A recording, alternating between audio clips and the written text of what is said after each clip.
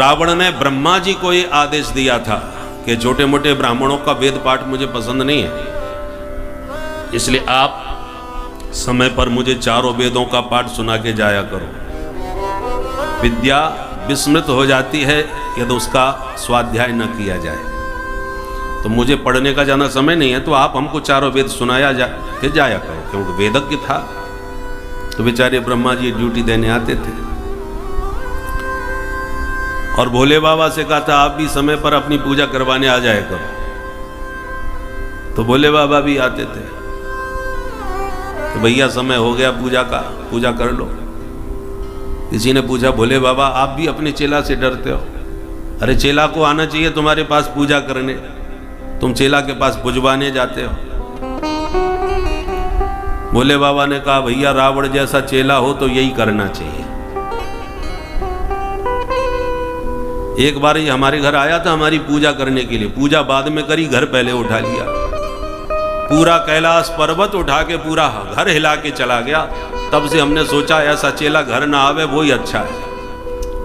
ये आएगा कोई ना कोई उपद्रव करके ही जाएगा, इसलिए हम ही पहुंच जाते हैं इसके यहाँ कि तू अपने ही घर में हमारी पूजा करवाई। इतना खतरनाक था रावण। तो जब ब्रह्मा जी का तो अपनी ड्यूटी समय हो गया, तो आकर के उन्होंने लंका में और वेद पाठ उच्च स्वर से करना प्रारंभ किया। गणानान्वा गणपति हवामहे, जैसे उच्चारण किया तो भीतर से चपरासी भागता हुआ आया और फटकारता हुआ ब्रह्मा जी से बोला ब्रह्मन् नद्य नैष समयः तूष्णीम बहिस्थीयताम्। डांटता हुआ ब्रह्मा जी से रावण का चपरासी कह रहा है हे ब्रह्मा, ये वेद पाठ का समय नहीं है, तुम शांत होकर के बाहर जाके बैठ जाओ। ब्रह्मन् नद्यनस्य नैष समयः तूष्णीम बहिस्थीयताम्। सारी सभा के बीच में जब ब्रह्मा जी का ये अनादर हुआ, अपमान हुआ, अरे कोई सामान्य ब्राह्मण भी वेद पाठ कर रहा हो और कोई सामान्य व्यक्ति कह दे पंडित जी शांत हो जाओ, तो बेइज्जती लगती है। और वो तो ब्रह्मा सृष्टि करता, और रावण नहीं लटका रहा, रावण ने नहीं बोला, वो तो सो रहा था, उसका चपरासी बोल रहा है चुपचाप बाहर जाके बैठ जाओ। ब्रह्मा जी की महिमा को सामान्य व्यक्ति क्या समझेगा, वो तो चपरासी ठहरा है। पर बृहस्पति जो देवताओं के गुरु जी हैं, वो ब्रह्मा जी का महत्व समझते हैं, इसलिए उन्होंने पड़ोसी से कहा राम राम क्या समय आ गया। एक चपरासी कल का और सृष्टिकर्ता ब्रह्मा से कह रहा बाहर जाके बैठ जाओ, चुप हो जाओ। कानाफूसी करी तो चपरासी ने वो आवाज थोड़ी सुनी कि ये बृहस्पति कुछ बोल रहा है। क्या बोल रहा है ये समझ में नहीं आया, पर कुछ बोल रहा है। इतना देख करके बृहस्पति जी पर ही बिगड़ गया। हे मूर्ख बृहस्पति, ये तेरे देवराज इंद्र की, वज्रधारी इंद्र की सभा नहीं है, ये दशानन का दरबार है, शांत होकर के बैठो। स्वल्पम जल्प बृहस्पते जड़मते नैषा सभा वज्रिण। बृहस्पति को कहता है जड़मती, माने महामूर्ख। अब बृहस्पति बेचारी चुप। जब ब्रह्मा और बृहस्पति को इस प्रकार बेइज्जत कर दिया तो नारद जी ने देखा ये तो बड़ी बुरी बेइज्जती हो रही है सबकी, मैं इससे जरा ये तो पूछूं कि इसका मूड खराब क्यों है, भाई नाराज क्यों है, क्यों सबका अपमान कर रहा है। परंतु उससे पूछने से पहले इसका मूड ठीक करना चाहिए। संगीत सुनेगा तो माथा कुछ ठंडा हो जाएगा, तब पूछूंगा। तो नारद जी ने थोड़ा उसका माथा ठीक करने के लिए वीणा पर स्वर छेड़े थोड़े, और जैसी वीणा की आवाज सुनाई पड़ी तो चिल्ला के बोला ए नारद वीणा नीचे रख, वीणाम संघर नारद। सो नारद जी चुप, इसने तो हमारी बेइज्जती कर दी भाई। नारद जी के बगल में बैठे थे तुम्बरू गंधर्व। गंधर्व गायकों में परम उत्तम होते हैं, जैसे लिए जो बहुत अच्छे गायक होते हैं उनको गंधर्व कहा जाता है। तो तुम्बरू गंधर्व और नारद जी की बड़ी अच्छी घनिष्ठता है। तो उन्होंने कहा, गंधर्व राज ने, तुम्बरू ने कहा देखो मैं अभी इसका मूड ठीक करता हूं बढ़िया सा राग सुना करके। तो जैसे तुम्बरू गंधर्व ने स्वर आलाप भरे तो गंधर्व को भी डांट दिया, अलापम अलम तुम्बरो, हे तुम्बरू ये अलापकारी बंद कर। तो सब चुप हो गए, भाई ये तो एक साथ सबकी बेइज्जती किए जा रहा है। तब सब दरबार के लोगों ने हाथ जोड़ के पूछा, भैया जी आपका मूड इतना खराब क्यों है? एक तरफ से आप सबकी बेइज्जती किए जा रहे हो, आखिर के ऐसा क्या हो गया? तब वह दशानन का चपरासी द्वारपाल कह रहा है, ब्रह्मन नध्ययन सनई समय तूष्णीम बहिस्थीयताम स्वल्पम जल्प बृहस्पते जड़मते नैसा सभा वज्रण वीणाम संघर नारद स्तुति कथा अलापम अलम तुम्बरो सीता रल्लक भल्ल भग्न हृदय स्वस्थो न लंकेश्वर। इस समय सीता जी का हरण करके लाए हैं। सीता जी की जो रल्लक भल्ल, जो माथे पर सिंदूर जो माताएं लगाती हैं ना, बोले उनके माथे के सिंदूर भाला की तरह हमारे मालिक के हृदय में चुभा हुआ है। उनके अर्थात उनकी अलकावली के केशावली पर वो इतने विमुग्ध हो गए कि उनकी अलकावली भाले की तरह हमारे मालिक के चित्त में चुभी हुई है, इसलिए स्वस्थो न लंकेश्वर।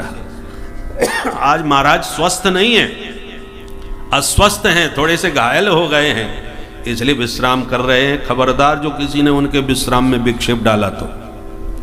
चपरासी ने सबकी बेइज्जती कर दी, सबको शांत कर दी। बोले आज सभा शांत हो गई, कोई आवाज नहीं करेगा, चुपचाप बैठे रहो, अपनी ड्यूटी दो और जाओ। ये जलवा था महाराज रावण का, ये ऐश्वर्य था। किसकी हिम्मत जो सामने आ गए।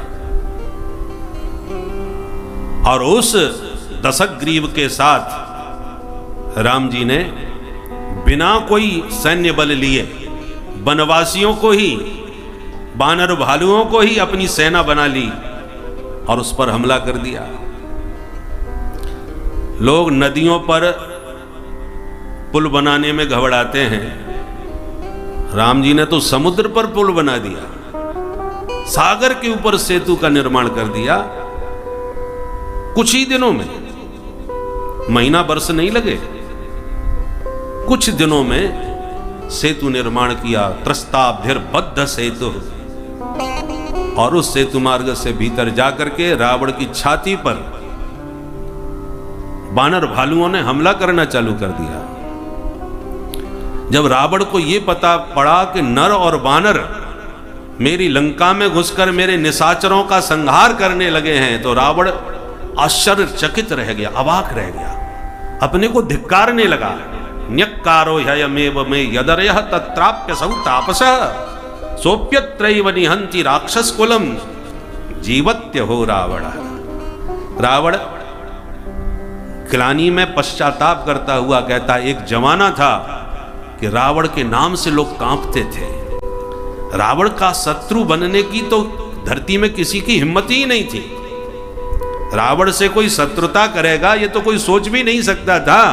पर समय की बलिहारी देखो कि जिस रावण का शत्रु बनने की कोई स्वप्न में नहीं सोच सकता था, आज अरि नहीं अरयः बहुवचन का प्रयोग कर, एक नहीं हजारों दुश्मन उस पर हमला कर रहे हैं। न्यक्कारो ह्ययमेव मे यदरयः, जहां एक अरि नहीं था वहां अरयः, हजारों सेना मेरे ऊपर टूट पड़ी, मेरे घर पर हमला कर दिया। रावण दुनिया पर हमला करता था, आज उसके घर पर हमला हो रहा है। हमला भी कोई बड़ा भारी राजा करता या कोई बहुत बाहुबली लोग करते तो समझ में आता कि हाँ कोई बराबरी का है। वो उसमें भी हमला करने वाला कौन?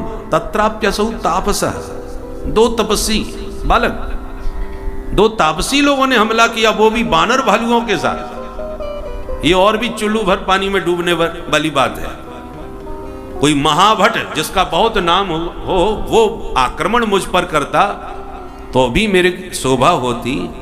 नर और वानर तो हम राक्षसों के आहार होते हैं, नाश्ता करते हम इनका, नर वानरों को खाते हैं।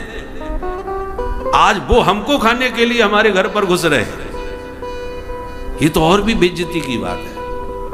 नक्कारो है मे बमे यदरयः तत्राप्यसौ तापसः सोप्यत्रैव निहन्ति राक्षस कुलम, वो भी मेरे घर में घुस करके मेरे राक्षसों को मार रहे हैं। और जीवत्य हो रावण, ये दिन देखने के लिए तू अभी तक जिंदा है?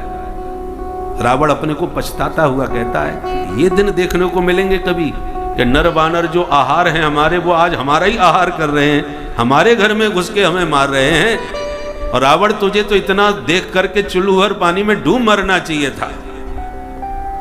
इतनी गिलानी रावण को हुई। तात्पर्य यह है कि राम जी का संघर्ष कोई कम नहीं था, और कैसा अद्भुत नीति के अनुसार संघर्ष किया, धर्म के अनुसार संघर्ष किया कि रावण के घर में घुस करके उसके निशाचरों का संहार करवाया नर बानरों के द्वारा।